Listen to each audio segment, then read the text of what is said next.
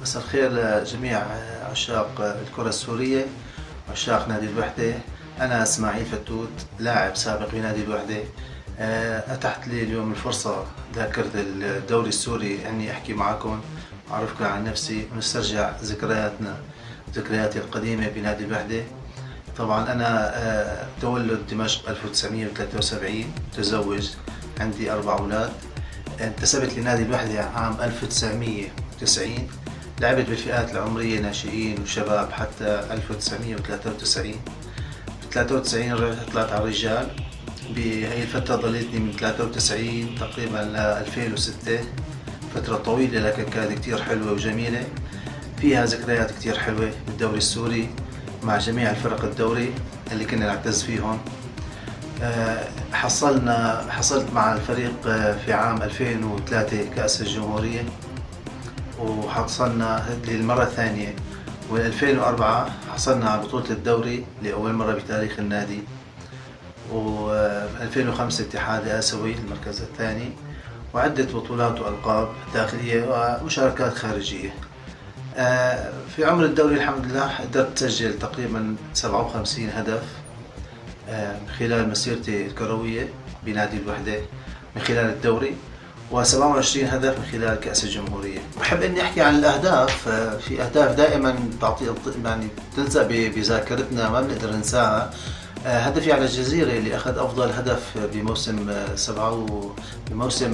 95 على الجزيرة، وهدف الدبلتيك كان هدف جميل، يعني من أجمل الأهداف اللي سجلتها بحياتي.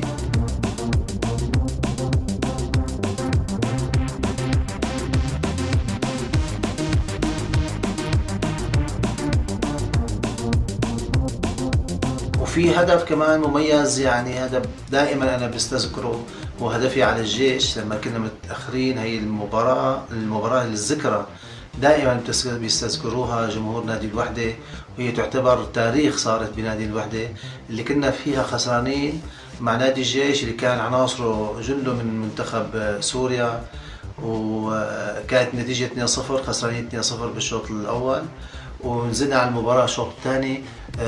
بأول 14 دقيقة بالضبط بتذكر إني قدرت سجل الهدف الأول برأسية مني لتصير نتيجة 2-1. بعديها زميلي لؤي طالب بسجل، المحملجي الله يرحمه بسجل هدف التعادل، تصير 2. بدقائق الأخيرة بيقدر لؤي طالب بسجل الهدف الثالث ونحقق الفوز بعد ما كنا خسرانين 2-0. هاي المباراة لا تنسى من ذاكرة الوحدة، لا تنسى. فمن الأهداف الجميلة هدول الهدفين اللي حبيت إني أذكركم إياهم. 2006 بعد إعلاني الاعتزال كرة القدم ذهبت باتجاه التدريب. حصلت على عدة شهادات الحمد لله دولية، واشتغلت بالبداية بناشئين الوحدة وشباب الوحدة.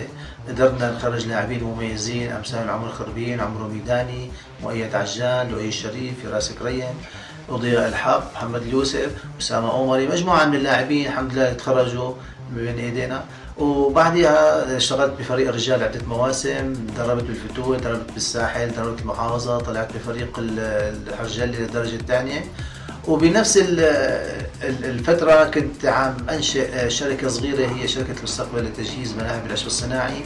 هذا عمل خاص فيني كنت أنا شاغل فيه، والحمد لله عم اشتغل على خطين، التدريب والعمل الخاص. بنهاية حديثي بحب أشكر ذاكرة الدوري السوري على الفرصة اللي أعطتني إياها لحتى تكون فيها التواصل بيني وبين الجماهير السورية وجمهور نادي الوحدة الغالي على قلبي.